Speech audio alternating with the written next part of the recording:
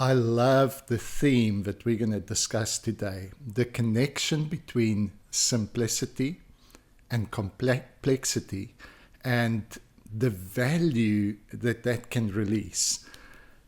And the whole motivation for this conversation is to give you a key, to enable you to actualize and realize value in your life, in your family, in your community. Towards the end of last year, we began a series of podcasts and videos in which we had conversations with philosophers, theologians, and scientists, that sweet area where these disciplines can converse and have a discussion that enriches one another. And we're going to continue as we're starting up these conversations again this year. We're going to continue in that same vein. I'm so excited about the people we're going to have on in the next few weeks. Let me give you a taster. We've got Professor Andrew Davis, who's the program director for the Center of Process Thought at the Claremont School of Theology. We have Professor Keith Ward coming up, another monumental thinker in terms of the theology and philosophy and where they connect. And so we're going to be able to delve deep into some of these themes. Now, as I was preparing for these conversations coming up, I was thinking, as I often do, concerning all our activities, why am I so excited about sharing these ideas with as broad an audience as possible? And what on earth do I hope to accomplish by doing that? And, there are so many conversations that you can involve yourself in that's going to leave you upset, fearful, ready to fight.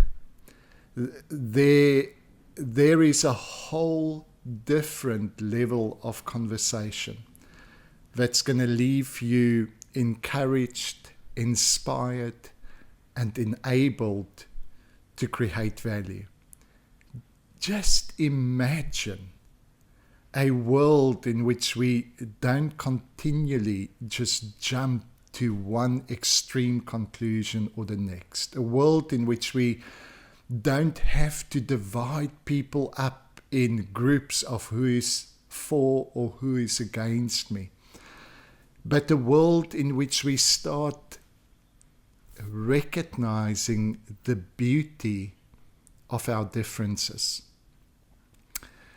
And so that is the motivation behind these conversations, is to create greater beauty, create greater value, and give a platform, a means of conversation, a catalyst for conversation that truly has value.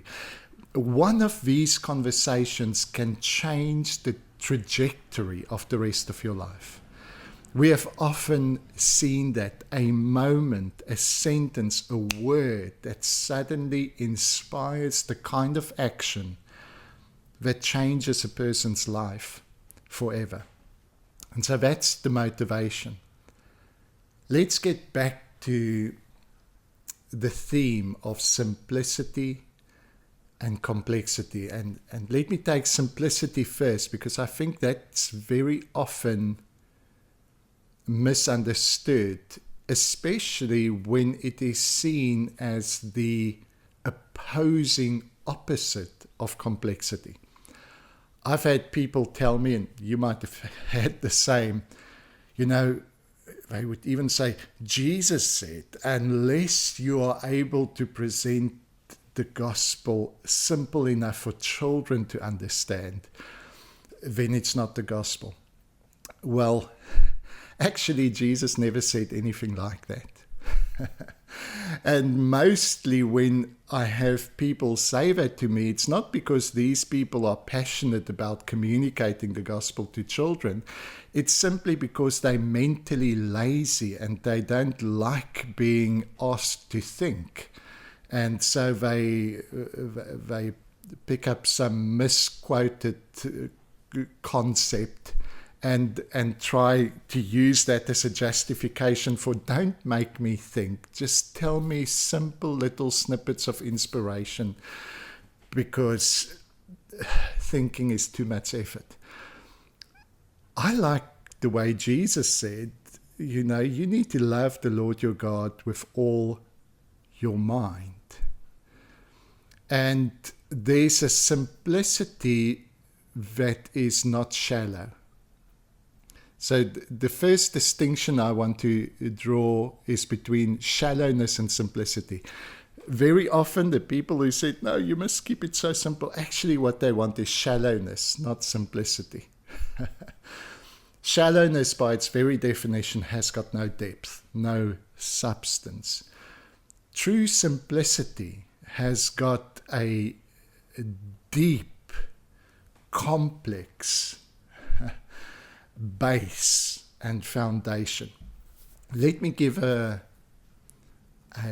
visual metaphor. We've got some beautiful mountains around us here, and we love hiking, and sometimes the hike might be 2-3 hours. You've got to take water and food and everything you need to get up this mountain, and it's steep, and some places are a bit dangerous. It's taxing. There's real physical exertion. It's hard work to get to the top.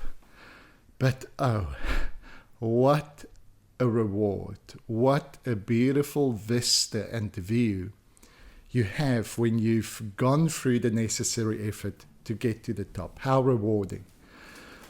And very similar to that is the simple conclusions that we can come to, but only once we've gone through the complex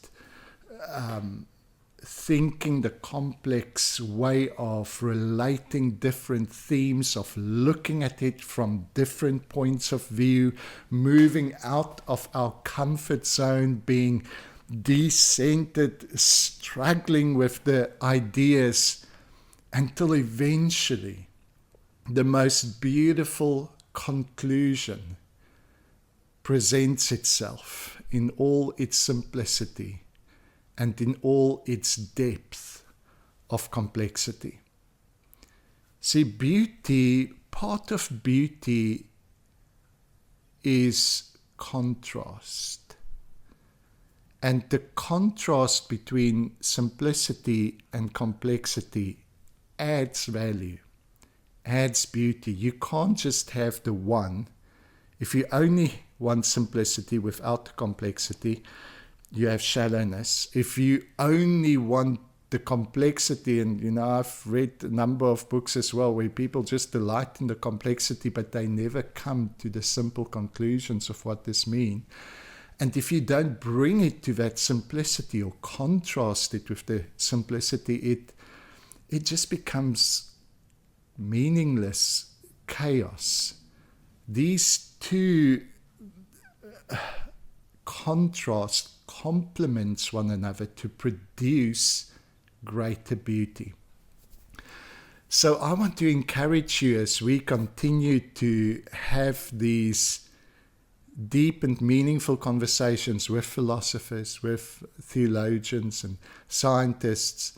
You have the capacity, even if it's maybe more than what you used to normally, you do have the capacity to feel the beauty of what is coming through you. And if you persevere, I can promise you there's a vista, there's a vision, there's an understanding that has a reward that you cannot find by simply staying with the shallow little snippets. That's so easy. We look forward to this journey with you, friends. And if you haven't subscribed to our YouTube channel, please do. If you know that this is of value to you, and think of who of my friends would be blessed and encouraged by this, and send them a video. Share it on your social media as well, because it could be a great blessing to somebody else. We look forward to the journey with you. Bye bye.